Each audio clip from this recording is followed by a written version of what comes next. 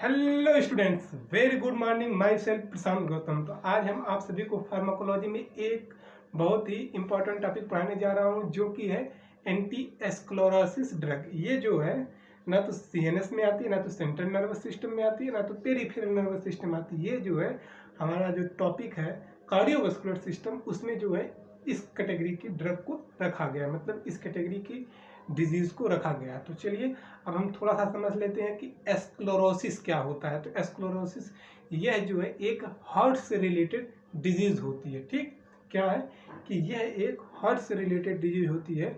और इसमें क्या होता है कि जैसे मान लीजिए जो हमारा जो हार्ट होता है उसमें आर्टरी और वेन्स होती हैं। ठीक, मैक्सिमम आर्टरी का काम ये होता है कि वो ऑक्सीजनेटेड ब्लड का ट्रांसपोर्टेशन करती हैं, और वेन का मतलब ये होता है कि डीऑक्सीजनेटेड ब्लड का वो ट्रांसपोर्टेशन करती हैं। इतना आपको समझ में आया।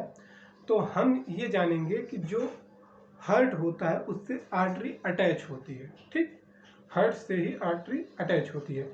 तो जो है एक नॉर्मल पर्सन जो होता है उसमें जो है कोई आर्टरी को हम इस प्रकार से समझ सकते हैं कि जैसे एक पाइप है, मतलब एक आर्टरी है, और यहाँ पर जो है कोई इसमें मतलब नॉर्मल फेज में अगर हम देखते हैं तो ब्लड फ्लो नॉर्मली होता जा रहा है। क्या हो रहा है? ब्लड फ्लो इसमें जो आर्टरी में होता जा रहा है, कोई समस्या नहीं, जैसे हमारी और आपकी।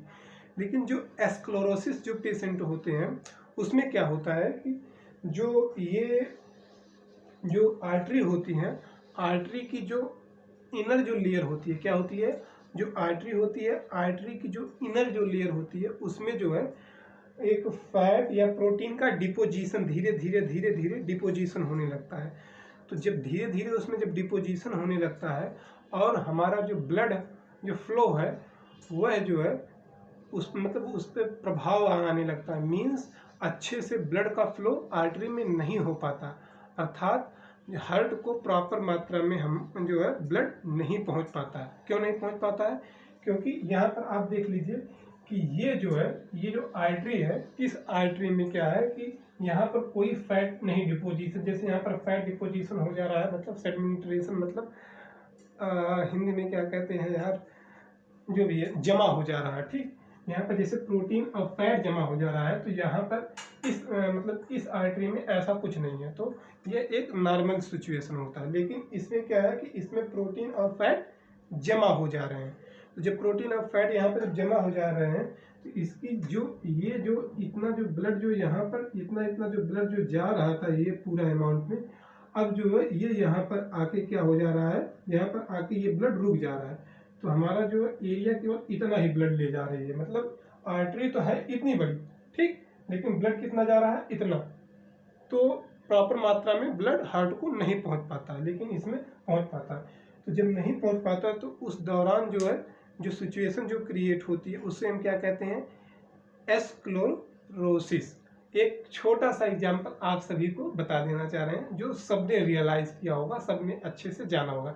जैसे आपको वो घर आपके मोटर होगा, पानी मतलब पानी खींच के जो जमीन से जो बाहर निकालता है पौधों वगैरह में, पौधों वगैरह में, पौधों आदि में आप डालते हैं, तो जो उसकी जो पाइप होती है उस पाइप को कुछ समय तक के लिए आप पानी भर के रख दीजिए।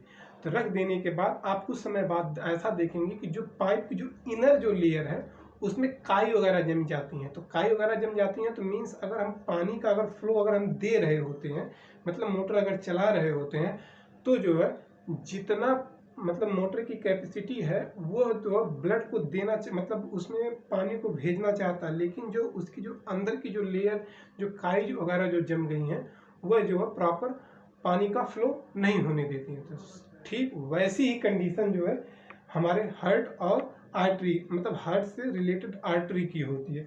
यहाँ पर फैट और प्रोटीन जब जमा हो जाता है तो अच्छे से ब्लड का फ्लो नहीं हो पाता। तो उस सिचुएशन को क्या कहते हैं हम? एस्क्लेरोसिस। ठीक, अब एस्क्लेरोसिस को ठीक करने के लिए, ट्रीट करने के लिए अब हम कौन कौन सी ड्रग इस्तेमाल करते हैं उसके बारे में अच्छे से उसका क्लासिफिकेशन करेंगे। तो चलिए देर ना करते हुए अब जो है हम जो है एंटी एस्क्लेरोसिस ड्रग का क्लासिफिकेशन करते हैं। तो इसको जो हमने कितने भागों में बांट दिया है, इसको जो है मतलब इसको हमने 5 कैटेगरी में डिवाइड कर दिया है। कौन कौन सी एक हो जाए, कौन कौन सी कैटेगरी है? एक हो जाएगा HMG CoA रिडक्टेज इनहिबिटर, ठीक। और एक हो जाएगा फिब्रिक एसिड, एक हो जाएगा बाइल एसिड बाइंडिंग रेजिन, और एक हो जाएगा एंटीऑक्सीडेंट, और एक हो जाएगा मिसलिनियस। क्या हो गया, ये 5 कैटेगरी है। कौन कौन सी, एक हो जाएगा HNG को A reductase inhibitor, fibric acid, bile acid binding resin, antioxidant और मिसलिनियस। इतना आपको समझ में आया होगा, कैटेगरी के बारे में आपको पता चला होगा, ठीक। अब जो है, अब हम जानेंगे कि इस कैटेगरी में कौन कौन सी ड्रग रखे हैं। इस कैटेगरी में कौन कौन सी ड्रग है, आप ड्रग का नाम, ड्रग बहुत ही इम्पोर्टेंट है जो है याद होना, ठीक।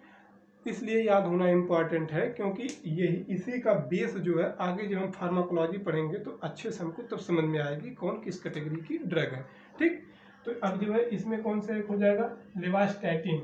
आप भी एक बार दोहराइए, लेवास्टैटिन, क्या, लेवास्टैटिन। दूसरा हो जाएगा सिमुवास्टैटिन, लेवास्टैटिन, सिमुवास्टैटिन, प्रॉवस्टैटिन, लेवास्टैटिन, सिमुवास्टैटिन, प्रॉवस्टैटिन, ठीक। अब जो है इसमें फिब्रिक एसिड में कौन सी आ जाएगी ड्रग, फिब्रिक एसिड में आ जाएगी जेम्फ्रीबोसिल। कौन सी आ जाएगी, जेम्फीब्रोसिल,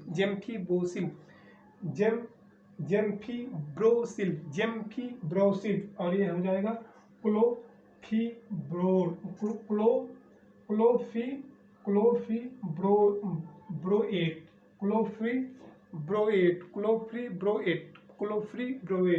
और एक हो जाएगा फिनोफिब्रिएट, क्लोफिब्रिएट, और ये हो